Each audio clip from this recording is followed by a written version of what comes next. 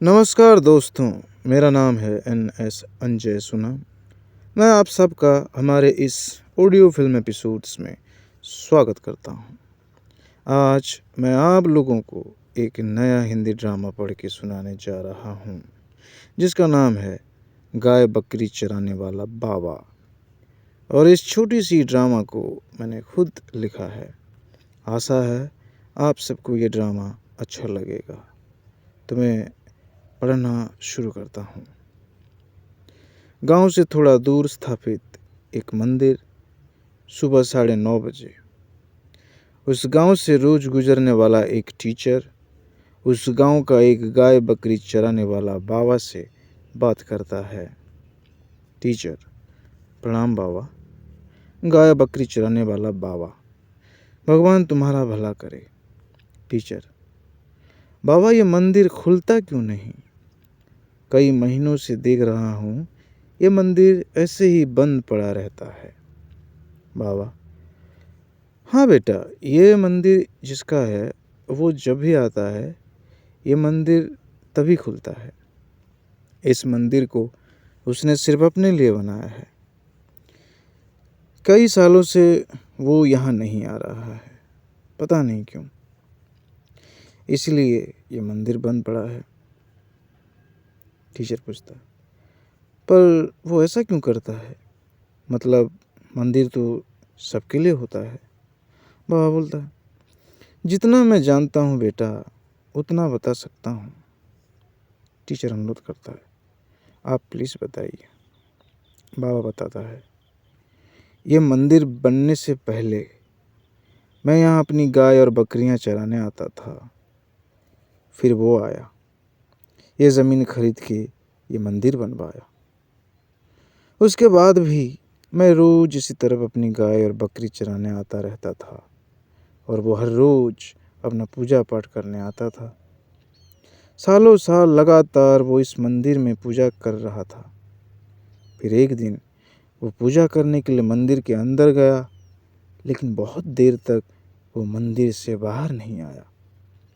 इतनी देर हो गई कि मैं घबरा गया और अपने आप को अंदर जाने से रोक नहीं पाया। अंदर जाके देखा वो बेहोश पड़ा था।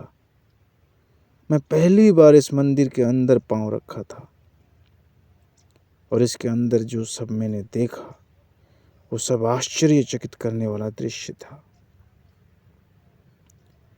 कैसा दृश्य था? टीचर ने पूछा।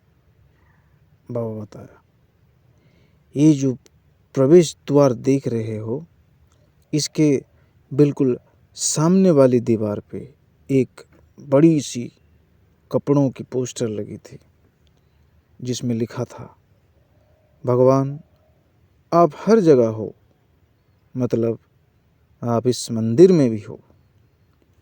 और आपके तो बहुत सारे नाम हैं, मगर मैं आपको भगवान शब्द से पुकारूंगा। यह मंदिर और मेरी पूजा और प्रार्थना भगवान के नाम।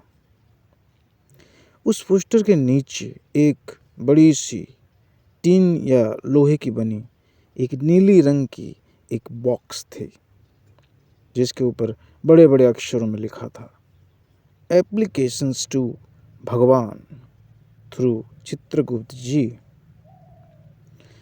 उस बॉक्स के दोनों तरफ महीनों तक जलते रहने वाले बड़े बड़े दिए जल रहे थे।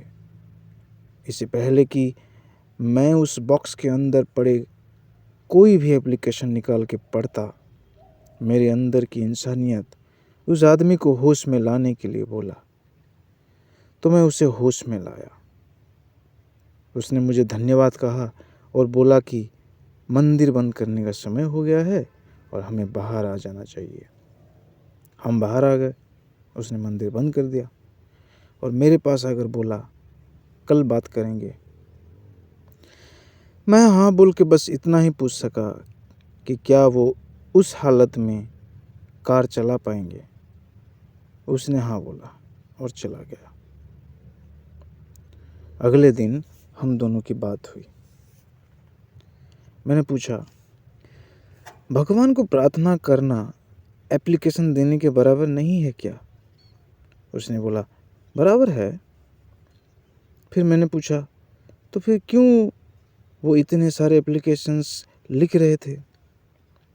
फिर उसने बोला कि वो भगवान को एप्लीकेशन इसलिए लिख रहा था क्योंकि वो चाहता था कि उसकी प्रार्थना उसके मरने के बाद भी इस एप्लीकेशंस के रूप में ज़िंदा रहे, और ये एप्लीकेशंस भगवान को बताते रहें कि उस आदमी का आखिरी ख्वाहिश क्या है।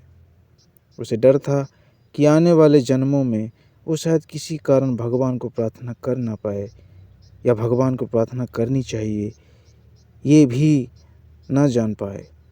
इसीलिए उसने ये एप्लीकेशंस लिखा था। टीचर आश्चर्य होकर बोलता है, भगवान पर इतना भरोसा करने वालों को मैंने सिर्फ कहानियों में पाया था। ए लेटर टू गॉड एक इंग्लिश स्टोरी है जो ऐसी कहानियों का एक उदाहरण है। खैर वो छोड़िए, ये बताइए, क्या आपने उनसे उनके एप्लीकेशंस के सब्जेक्ट्स के बारे में नहीं पूछा? बाबा बोलता है, हाँ, मैंने उससे पूछा, क्या मैं आपके एप्लीकेशंस में से 1 या 2 पढ़ सकता हूँ? उसने कहा कि मैं चाहूँ तो सारे एप्लीकेशंस पढ़ सकता था। उसकी मंजूरी मिलते ही मैं बहुत उत्साह से उसके कई सारे एप्लीकेशंस पढ़ लिए, लेकिन सभी एप्लीकेशंस में एक ही प्रार्थना लिखा था, और वो था, भगवान, जीने के लिए सांसें, पीने के लिए पानी और खाने के लिए खाना, तो फिर रहने के लिए शांति चाहिए। मुझे कहीं भी रहना हो, मुझे रहने के लिए शांति चाहिए।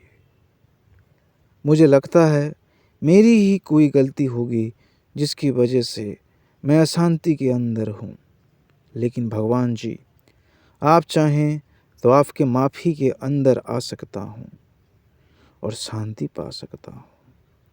ओम शांति शांति शांति। मैं थोड़ी देर के लिए भावुक हो गया। फिर मैंने उससे पूछा, क्या उसको पूरा भरोसा था कि उसकी प्रार्थना और वो एप्लीकेशंस चित्रगुप्त जी के जरिए भगवान तक पहुंचा जा सकता है?